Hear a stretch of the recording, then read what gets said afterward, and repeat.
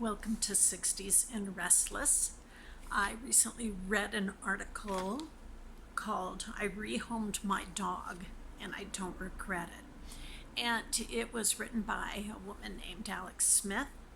And she talked about the in-depth research they went through to pick the correct breeder and to find the dog that they thought would be great for their family and their home, and the very positive vision they had for when they were going to have this dog.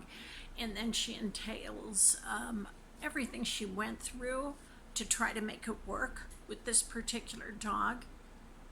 And long story short, it was a disaster. And she talked about the culture of the current dog lovers and how somehow the dog's well-being is supposed to take precedent over your family's safety and their well-being. And it was an interesting article, and I identified with it somewhat because there's been 2 times in my life where I had to rehome a dog, and one was similar to hers in that it had growled at a child, and so that was that for me. And it was a very in-demand purebred dog, and so I was able to take that back and have her have a good home after she had been with us for a number of years.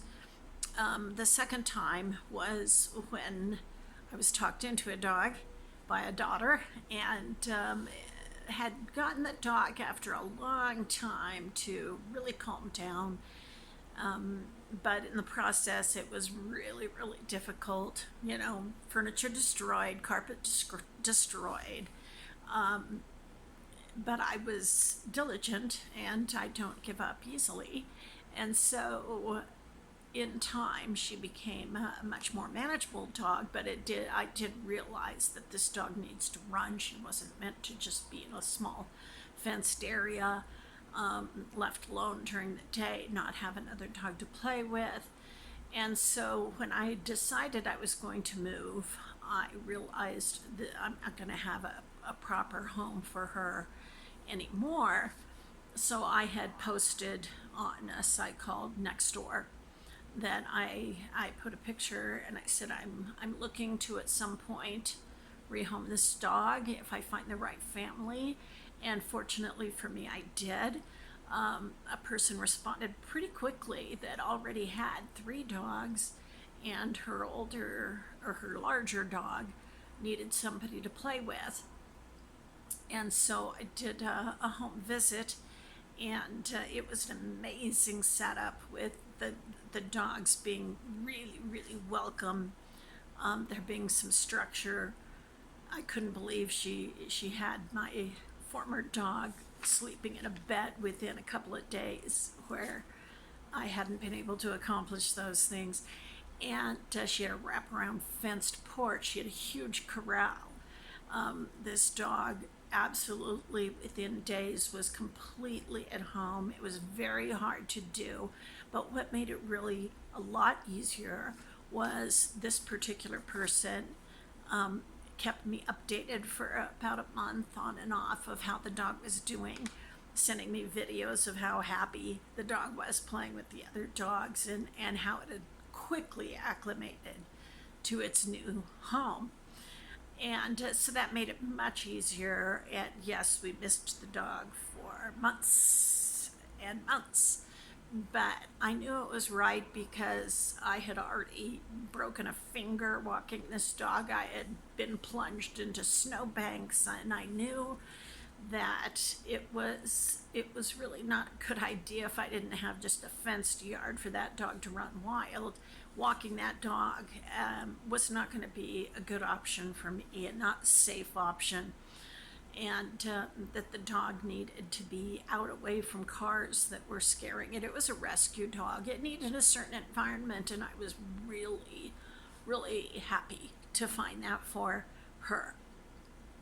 But this article by Alex Smith made me think about the seniors I've known that have dogs, and they're up there in years trying to take care of dogs. And when you first get them, it's wonderful because It gets you up, it gets you out, it gets you on the trail to walk the dog, it makes you active, and I understand that completely.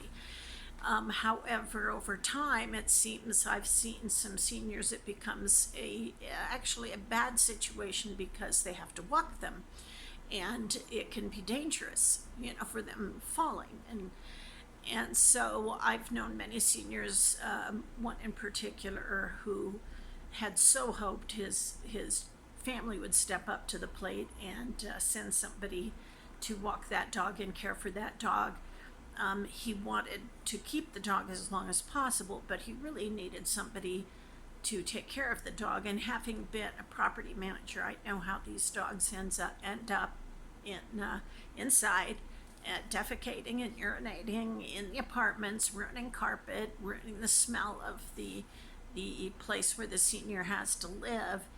And I think it's really important, if you know a senior who has a dog and it's becoming difficult for them to manage that dog, that you find a way to help out. If your family, maybe you can hire somebody to go walk that dog a couple times a day, or even just once a day, to give them a break from having to get out there and risk falling to have a dog, because the companionship is still so important. And of course, there's a whole discussion about whether seniors should have dogs, because some do want them, others want the freedom of being able to get up and go places, and that's just an individual choice. But I think the idea that there can come a time when rehoming is important, and how that's done can make all the difference to a person, like it did to me, and like it did to this woman in the article. Turns out she had a German Shepherd, and it ended up working for the police force. And so she was able to tell her children, who had grown attached to the dog, what a wonderful, helpful position it had now. It was a Paw Patrol kind of thing. And so that helped in their transition. So taking care of your pets and deciding when it's good time to rehome or to get help, so that you can continue to take good care of that pet as well as yourself and the place you live, is all very important. So I'd appreciate your thoughts and your experiences if you'd like to share them below. Have a great day.